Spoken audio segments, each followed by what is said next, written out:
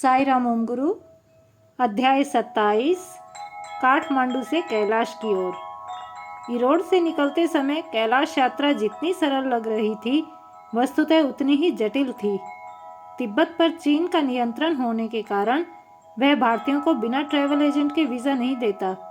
इसलिए सर्वप्रथम एक ट्रैवल एजेंट की खोज की गई। ट्रैवल एजेंट ने वास्तविक स्थिति से अवगत करवाते हुए बताया, गत वर्ष 50 यात्रियों की मृत्यु हो गई थी। इसका मुख्य कारण ऑक्सीजन स्तर में कमी होना था। सब अपने स्वास्थ्य के लिए स्वयं उत्तरदायी हैं, इसलिए अपना ध्यान स्वयं रखें। यह सुनकर ओम गुरु व उनके साथी चिंता में पड़ गए। 2 दिन काठमांडू में बिताकर वे नेपालगंज आए। यह कैलाश यात्रा का वास्तविक उद्गम स्थल है। वहाँ से वे सब देवांश आए। लगभग 250 लोगों का बड़ा समूह था। सबको वहाँ के एक होटल में ठहराया गया। मौसम के तेवर बार बार बदल रहे थे। रुक रुक कर बरसात हो रही थी, जिससे यात्रा में 5 दिनों की देरी हो गई।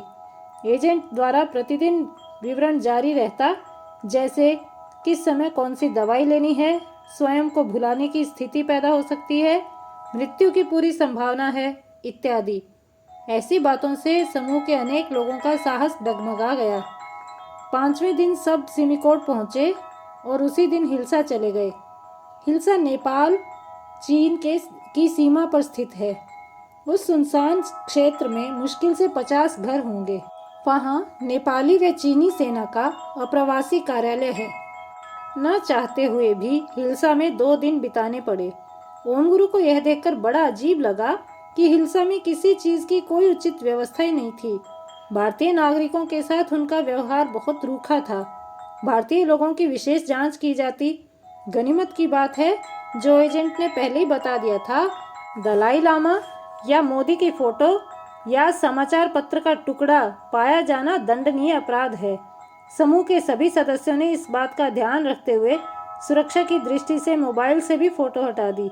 सारी औपचारिकताएं पूरी कर सारा समूह पुरांग पहुंचा। पुरांग एक वाणिज्यिक नगर है। यह भारत, नेपाल तथा चीन का व्यापार केंद्र है। यहाँ पर वस्तुएं बहुत सस्ते दामों पर उपलब्ध हो जाती हैं, किंतु उनकी गुणवत्ता का स्तर अच्छा नहीं होता। ओम गुरु को पुरांग से ही वैराग्य का अनुभव होने लगा। सांसारिकता से नाता टूटता हुआ प्रतीत हो रहा था। भूख प्यास मिट चुकी थी। किसी भी विषय में रुचि नहीं आ रही थी।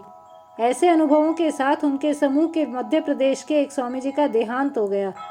उनके निधन ने जीवन मृत्यु के बंधन को भी तोड़ दिया। स्वामी जी के शव को मध्य प्रदेश पहुंचाने की व्यवस्था की गई। इस घटना से भयभीत होकर लगभग 30 लोगों ने यात्रा रद्द करने का निर्णय ले लिया। हिल्सा पहुंचते पहुंचते ओम गुरु को एक बात भली भांति समझ आ गई कि भगवान भोलेनाथ को पाना सरल नहीं।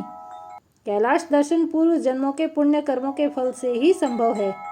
समूह को राह दिखाने वाले गाइड का भी यही मत था।